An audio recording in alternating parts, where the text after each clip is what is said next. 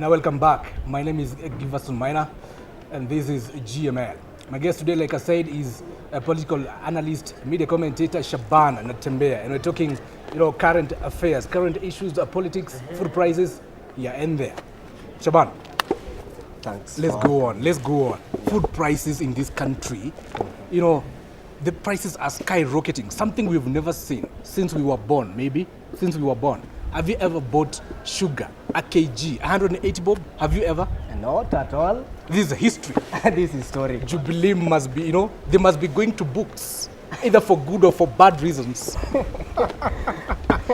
Are you seeing this situation? Is Jubilee going to rectify this situation before August elections? Because this is going to affect them. They're going to lose votes, millions of votes. It is true. Okay, what we have been witnessing since the installation of the Jubilee government, it has been a mess as far as the economy is concerned.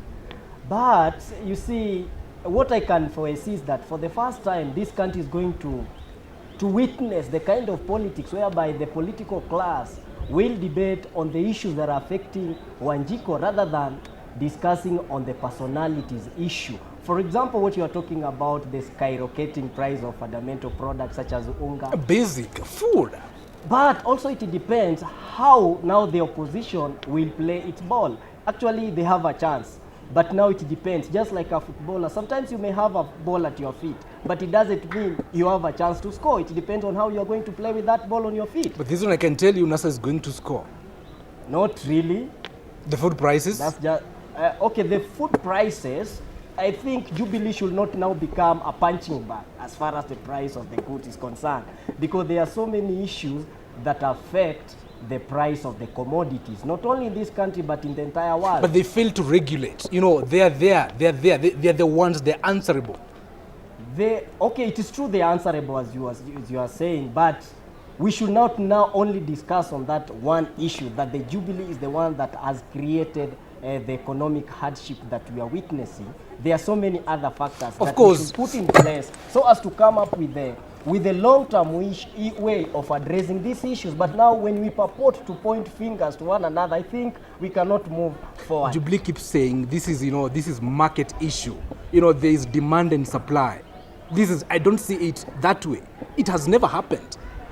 Demand and supply has been there forever. And those prices have never reached that point. Okay, for any person who is well informed would agree that we should send the honkos of the Jubilee government back to their village as far as the economic hardship is concerned, because it means they are doing so little. They are doing so little to avert the situation that we are witnessing. But now only talking about the government, I think that one will be reducing ourselves into blame game. We should not do that. We should try to look at a big picture. There are so many factors. Number one, even the drought could be one of the factors that is affecting the production of our products such as maize. And also other thing, as you have said, the government could have played a very vital role. For example, for the past, we have been experiencing the runaway corruption. Maybe that one also could have affected the price of these goods in one way or another. But I think as a nation, we're supposed to discuss this issue on sober mind and try to see, okay, what are we supposed to put in place so as to reduce the challenges that our people are facing? The Jubilee, the government the other day, they were explaining and they were saying, during campaigns, there's a lot of, influx, money from politicians, there's a cycle of big money. And so there is a high demand for products.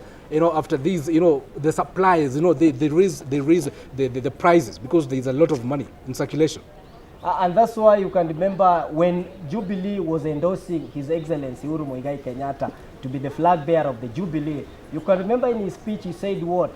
That he's going now to talk to the MPs now to discuss and try to see how they can come up with a sub-budget to address our issues of the economic harshness as you have said. So I think today being on Tuesday, they are going to discuss, and let's expect the best. Let's be optimistic on what they are discussing, so that through their discussion, we are going to have the best mechanism to handle our issues that now they are on our hands. Now, Shaban, look here. This country is a country of history.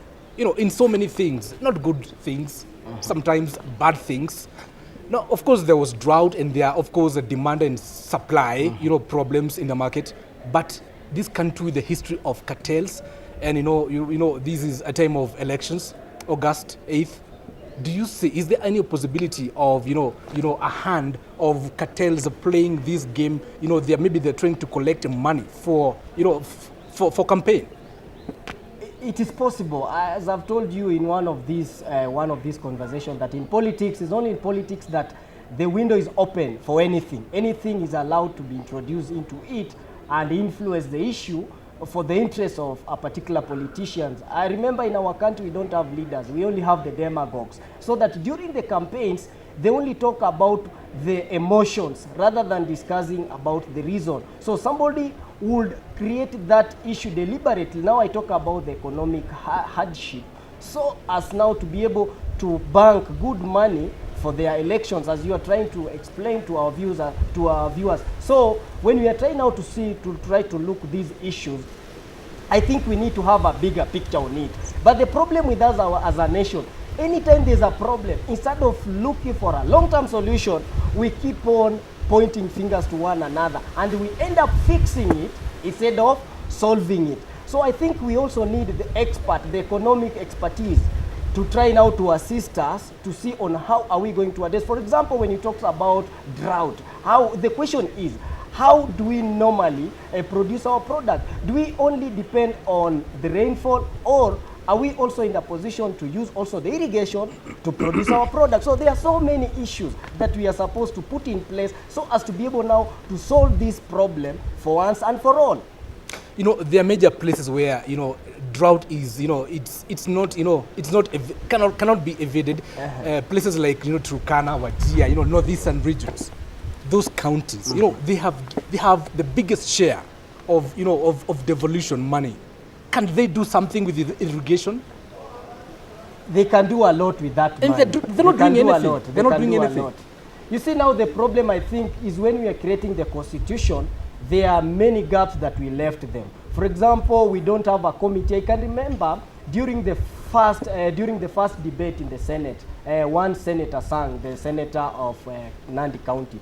There was a time he came up with the best motion, whereby he came up with a way of saying that the body should be created so as now to be able to monitor how the governors are working. And I remember most of the governors, although that bill was passed through the Senate, but through the Council of Governors, they went to the court, and the court buried that law. So I try to see that as much as a lot of money has been pumped into different counties, but now the way that money is being misused, that one is what raises question. You can remember also sometimes back when the meteorologist was speculating about the El Nino, a lot of money was given to counties so as to avert the issue in case they would occur. But although that El Nino did not occur, so the question that we can ask, okay, that money was taken where? So there's a lot of misappropriation that is taking place into our counties, and I think we should create a more powerful body that can be able now to see how our resources are being used by our governors. Should counties, keep blaming the national government? People are dying, our own people are dying, yet they have money. I think money is not. Do they have a right? Do they have a right even to say a thing? Yeah, they have a right. To complain? They have not only to complain, the complaint should not be used there. The complaint is being used for people who did not go to reputable schools. But for people who went to reputable institutions, they should say that you have a freedom to question. And that's why we talk about the governors. No wonder I'm telling you, as a nation, what we are suffering from a disease of lacking civic education, whereby we need to know how are these people, the people whom we have elected, how are they making use of our money? Remember, we the taxpayers, we are the one who are funding these institutions. So asking them now, how are they using that money? I think there is no problem that. Also remembering about Article 33 of the Constitution of the Republic of Kenya, it says what? That there is a freedom of expression. So if you ask about how our money or how our resources are being used, there is no problem there to give us all. Where do you see it? There is no problem at all. So I think what they are doing is right. But instead of complaining, they should ask for a detailed explanation. Now, still on food prices, Yep. 2013, when TNA and URP, they were campaigning. I remember one Honorable William Ruto, the deputy president, went on record saying, telling people that, he was asking people, have you ever bought, 2 kg of unga at 60 bob? After electing us, you would buy at 60 bob. And then today, Parliament is sitting down. Yep. Are you seeing, any reduction in these food prices? Are we going to have a solution by the end of the day? Okay, as a nation which is expecting much from our government, I think I'm optimistic. I'm expecting the best out of that discussion. And I think I should encourage the entire nation to expect What the if best. the supplementary budget, fails to pass? What if it fails? We would Okay. have a solution. Okay, there's any chance. Either it can fail or it can pass. But I think His Excellency the President, he has an interest of the people of this nation at heart. I think he can going to use whichever means. I think they are not only going to discuss about the food issue, but they're also going to discuss about the gender rule. So those are some of the issues that the President has insisted that people who are coming from his party, they must make sure they discuss. Remember the tyrant of number. So from where I sit, I believe they have all it takes to pass those bills, if there's anything to go with the numbers. And if all goes well, in Parliament. Because you see, this one is a very important exam to one Uhuru Muigai Kenyatta, because it means if they will not be in a position to pass these bills and harmonize the situation that we are experiencing now, it means Uhuru Muigai Kenyatta to have a second chance to become the tenant of the State House. It will be difficult. It will be a difficult journey. So I think he must use whatever it takes to make sure that the people pass that bill for his political fame. If they fail to regulate, to bring down the food prices, do you see a chance for them going home? I think so. I think they'll go home. No, I don't see a chance. Why am I saying so?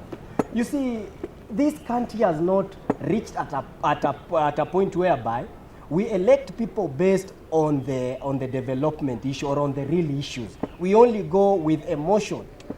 But people are suffering. This is food. It's affecting No, it's central not an Kenya. issue. It's affecting, it's affecting, all the regions, NASA regions, That is Jubilee true. regions. Okay, give us on what you are saying is very true. And I'm not here to oppose it, but I'm only here to clarify. So what I would say is that in this country, we have got two types of people. Number one, we have sycophants. Then number two, we have now the real Kenyans, the patriots. And unfortunately, the number of patriots is so negligible. So majority of us, we are sycophants. No wonder we don't understand what are the basic responsibility, not only of the MCA, but even of that one of the senator and the MPs. So it bends with emotion. What are these people, what are they telling us? So what they are telling us, even we keep on or we tend to forget the real issue that are happening in our lives. Are you saying people in Bomet, people in Wasingishu, people in Nyeri, they're still going to vote for Jubilee because they belong to Jubilee, yet people are dying? They will still vote for Jubilee. They're sleeping hungry. And then they wake up on August 8th and they still vote Jubilee. And I've been saying severally that I think what this nation needs is the civic education. We need to understand our leaders, what do they represent? Are they only represent their political parties, or are they supposed to represent now the issues? Remember, our politics has not reached a point of representing the ideologies and philosophical. They only talk about the issue, the emotions. For example, they'll say those people are bad during these days. These are the people who did misjustice to you. So it's very hard for us when we are going now to electioneering to sit down and discuss, okay, we are going to support these people. What have they done for us, or what do they ought to do for us after we elect them? So I think we really need to conduct civic education to our people. But from where we are today, I'm telling you, Giver, no, people will still vote for the Jubilee. Either we go without food or we go with food. But even electing NASA, if people elect NASA, would NASA have a solution for this problem? Would they have any solution? They have never suggested, they have not suggested any solution up to now.